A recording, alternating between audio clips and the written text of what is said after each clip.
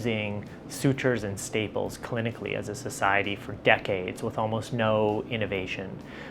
Sutures, when you put them into tissue, you actually need to realign the tissue every time you pass the suture needle, which is very time consuming. And if you require a lot of sutures, the patient could remain for a long time on the operating table, and the longer you're there, the greater the risk of complications.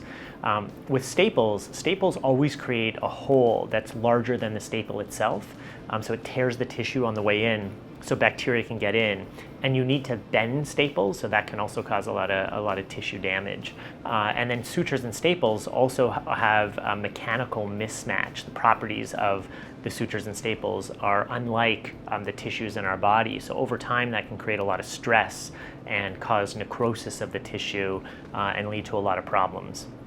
And so we were interested in developing tissue adhesive glues that could work anywhere inside the body, either to augment sutures and staples or to replace them.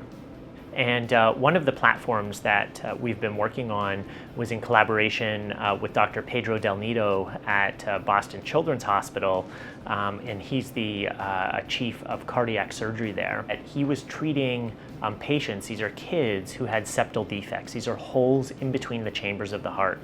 And the challenge there is that if you try to suture the tissue as he described, it just tears. It's very fragile. And there's devices that can work for an adult that are permanent devices, but you can't simply downsize them and put them into kids because the hearts of the kids are growing over time. So we turned to nature for inspiration, and we looked at creatures on the land and in the sea that exist within wet, dynamic environments. So slugs and snails on the land and sandcastle worms in the sea.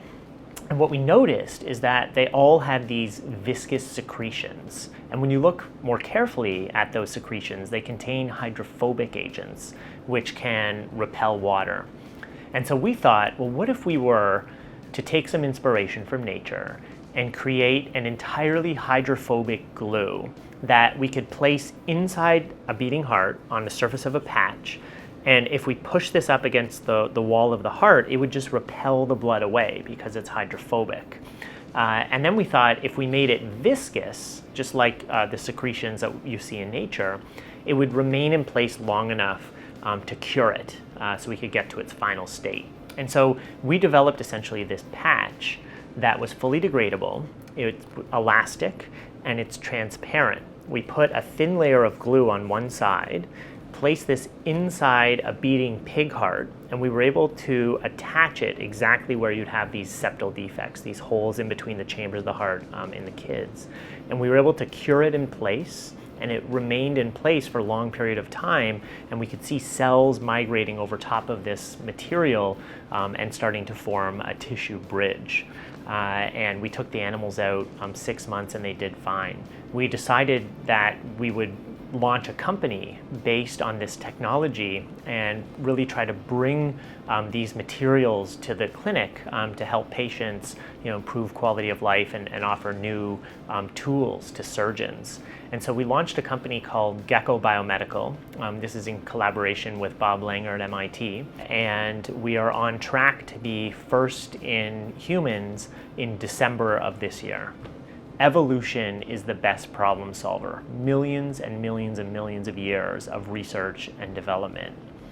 And all we need to do is look outside to nature for inspiration, and we find all kinds of solutions.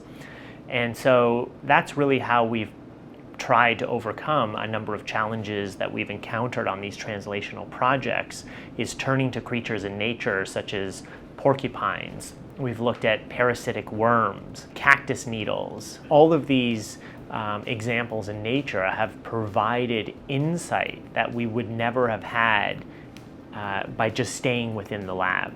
By looking outside of the lab into nature, we were able to uncover solutions that exist and then bring those new ideas back to the laboratory where we can incorporate them into the solutions that we're developing.